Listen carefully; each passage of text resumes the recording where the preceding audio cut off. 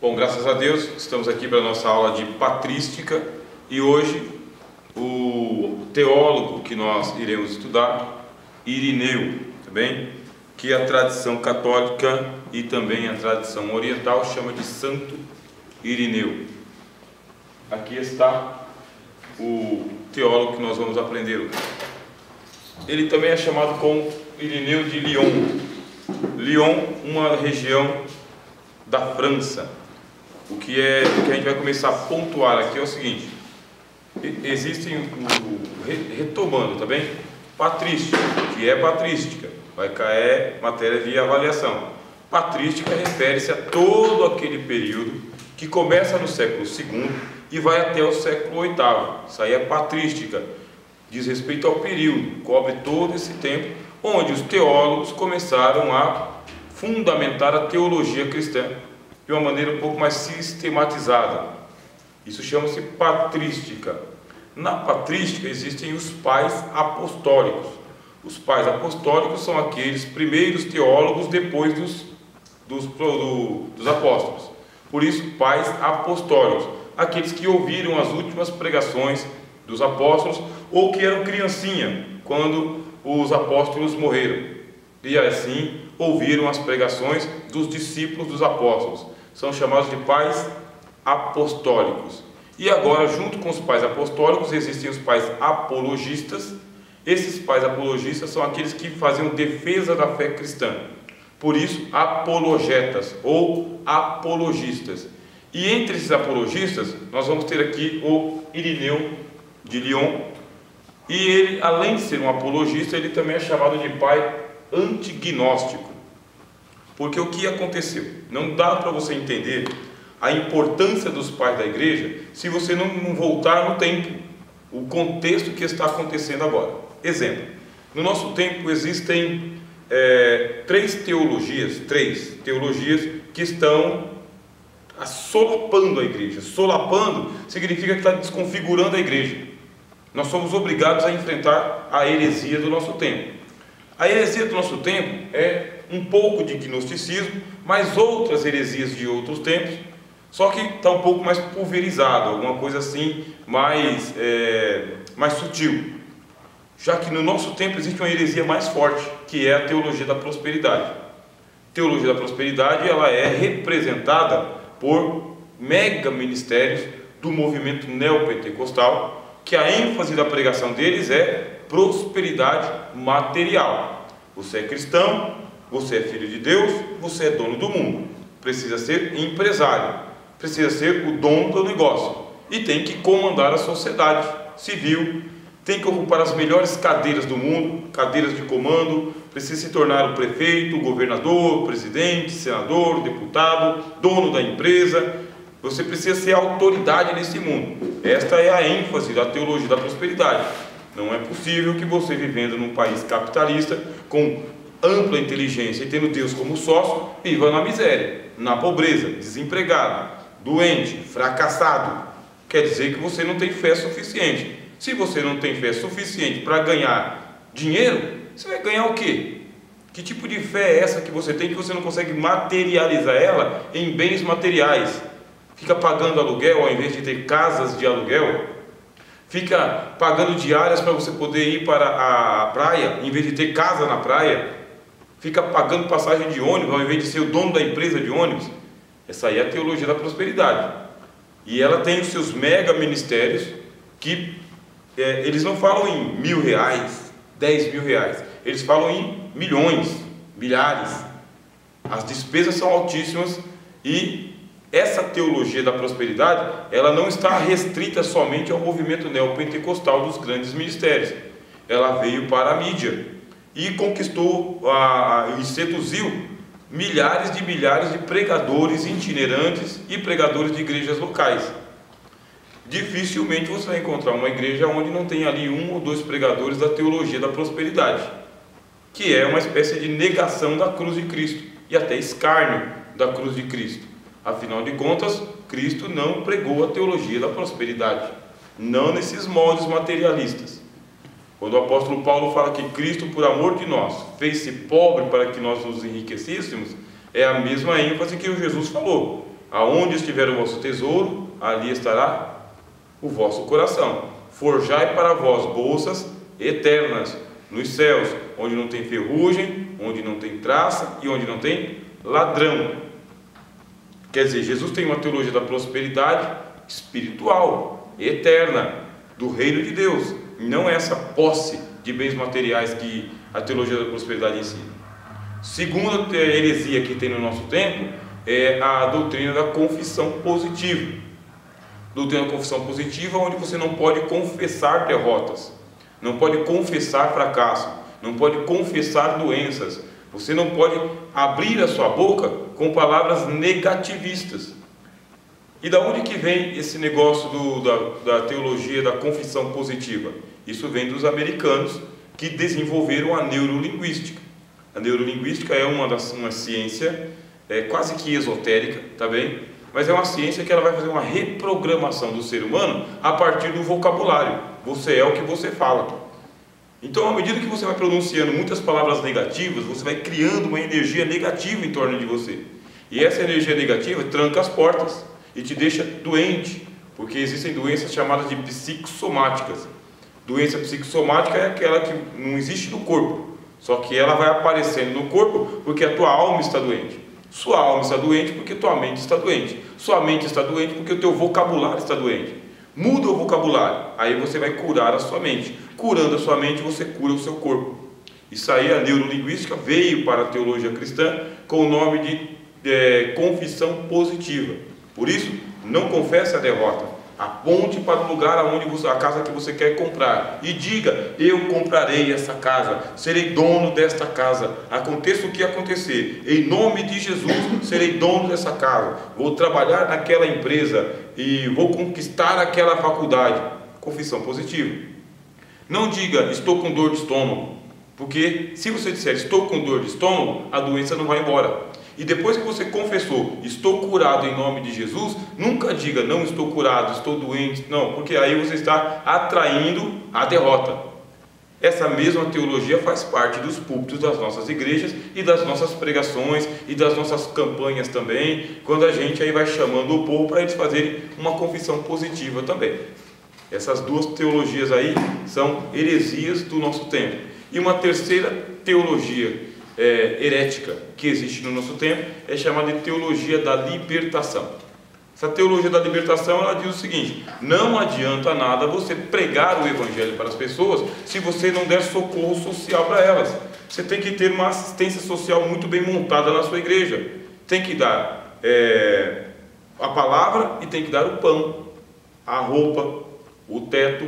Esse aí é chamado o evangelho social também, ou teologia da libertação. Essa teologia da libertação, a ênfase dela é: vamos pregar o evangelho todo ao mundo todo até que Jesus volte, mas vamos pregar o evangelho integral, na sua totalidade. Não adianta a gente ficar dando panfletinho, fazendo orações e adiando a salvação da pessoa para o mundo vindouro, porque a barriga está doendo hoje, o estômago está vazio hoje. Por isso, nós somos muito religiosos. É um movimento socialista, inclusive, esse daí. E por ser socialista, se prega muito mais um evangelho social, tá? Mais um assistencialismo do que a pregação do evangelho. Vocês percebem que essas três heresias, elas estão presentes na nossa igreja, só que elas não passam como heresias, elas passam como teologia. Vocês viram a maneira como eu apresentei para vocês? É uma maneira convincente. Eu acabei de utilizar aqui o mesmo discurso que eles e defendi o que eles estão falando aqui. Agora vocês imaginam eu pegando essa mesma mensagem aqui, com a eloquência, com homilética, com alguns textos, e eu entrando na sua igreja e pegando os seus crentes e eu pregando para eles.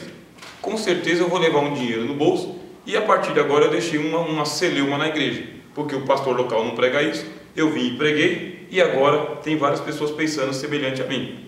Porque se eu for um pregador desse aí, chamado pregador de nova era, a minha função é arrebanhar as pessoas para mim.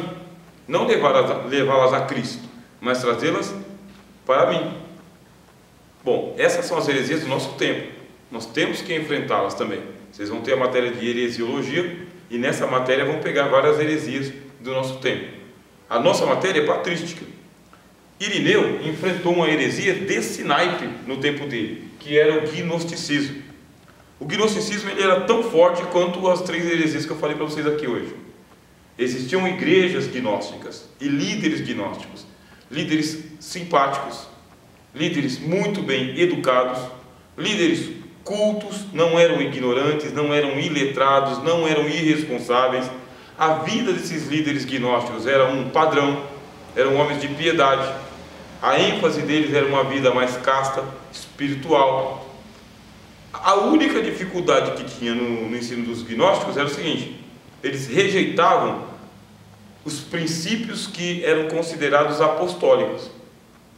A salvação não era uma salvação pela encarnação de Jesus, Jesus feito carne. A salvação era pelo Jesus ensino, Jesus logos, Jesus palavra, um Jesus etéreo, tá? Não é eterno. Vou até escrever aqui, ó. A palavra parece eterno, né? Ó. De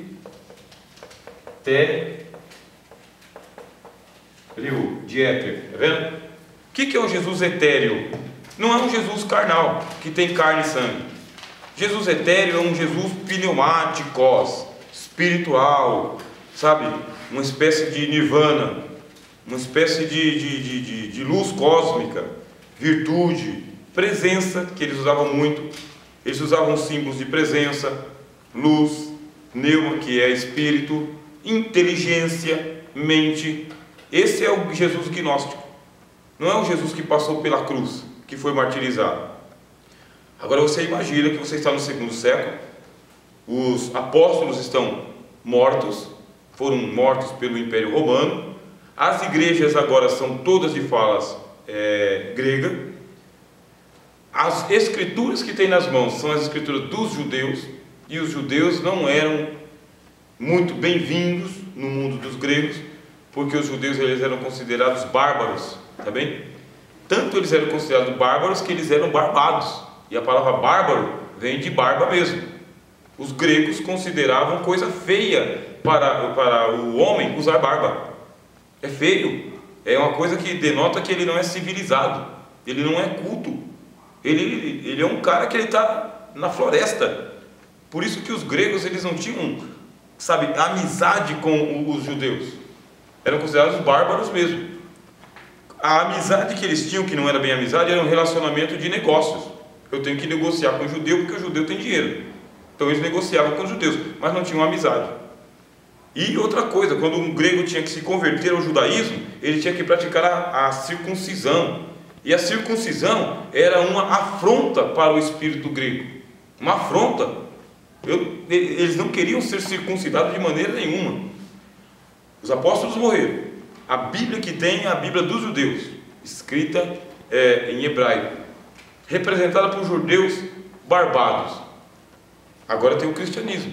O cristianismo feito por gentios, por gregos, que se barbeiam, que dançam, cantam, participam dos banhos. Quer dizer que a igreja é muito melhor do que participar de uma sinagoga. Só que existem igrejas e igrejas. Tem aquela igreja que é uma igreja mais rigorosa, mais perto dos judeus, e tem aquela igreja que era um pouco mais helenizada, mais livre. E essa igreja helenizada, ela foi conquistada pelo pensamento gnóstico, tá? Eram centenas de igrejas gnósticas, centenas, e de líderes gnósticos, que tinham boa recepção nas igrejas também. Mas por causa do ensinamento herético, foi necessário se levantar os pais da igreja, e os pais chamados pais anti-gnósticos, que vêm combater a heresia deles. Agora, é fácil combater uma heresia? Não é. Peguem só essas 3 que eu falei para vocês aí. Tentem combater essa heresia nos púlpitos, nos ensinos. Você vai ter pessoa que você vai perder, muita gente. Como que você vai combater uma heresia do prosperidade? Aqui na periferia é uma coisa, mas vai combater essa heresia da prosperidade lá na Faria Lima, Jardins, ou na Praça da Sé mesmo. Muito difícil, você não consegue.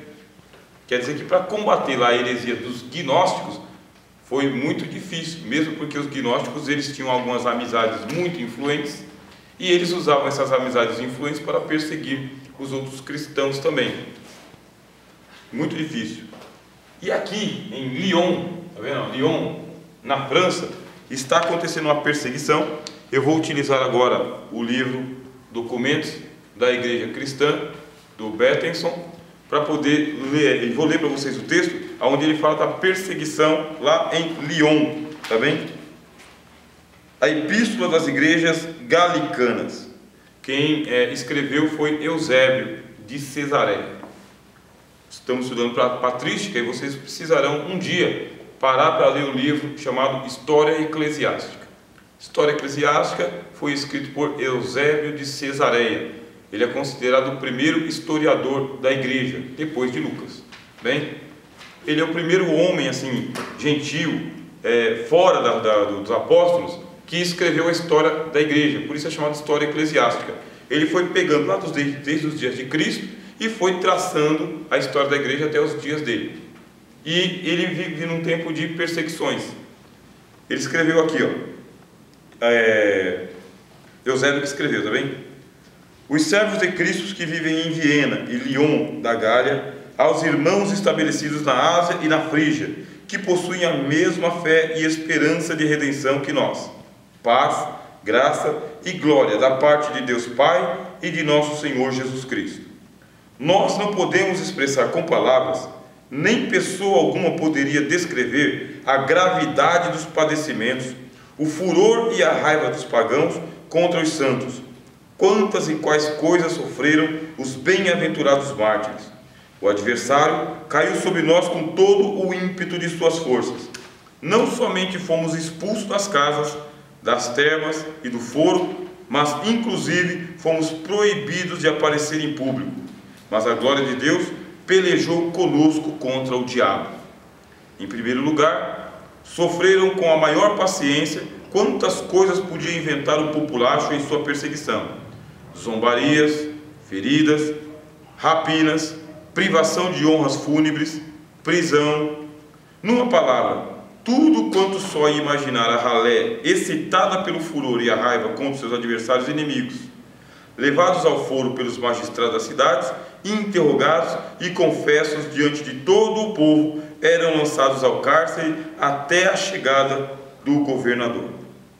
Também foram presos alguns dos nossos escravos, que eram pagãos, porquanto o governador havia decretado que se nos procurasse a todos. Eles, temendo os tormentos que vinham padecer os santos, impulsionados pelos demônios e instigados pelos soldados, acusaram-nos de comermos os nossos filhos, de termos relações sexuais com as nossas próprias mães, e de outras coisas das quais não é possível falar ou nelas pensar, pois não podemos acreditar que jamais tenha acontecido entre os seres humanos. Espalhadas essas coisas entre o vulgo, de tal modo enfureceram-se contra nós, que se alguns até então guardavam moderação com respeito a nós por motivo de parentesco, agora se iraram violentamente contra nós, agitados por grande indignação.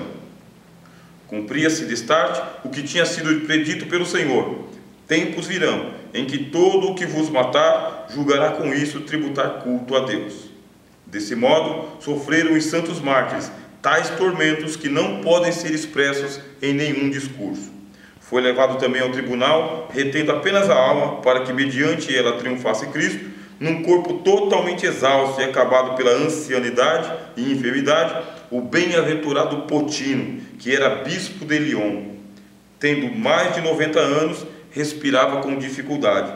Todo o seu corpo estava gasto, mas reconfortava o sopro do Espírito e o desejo do martírio.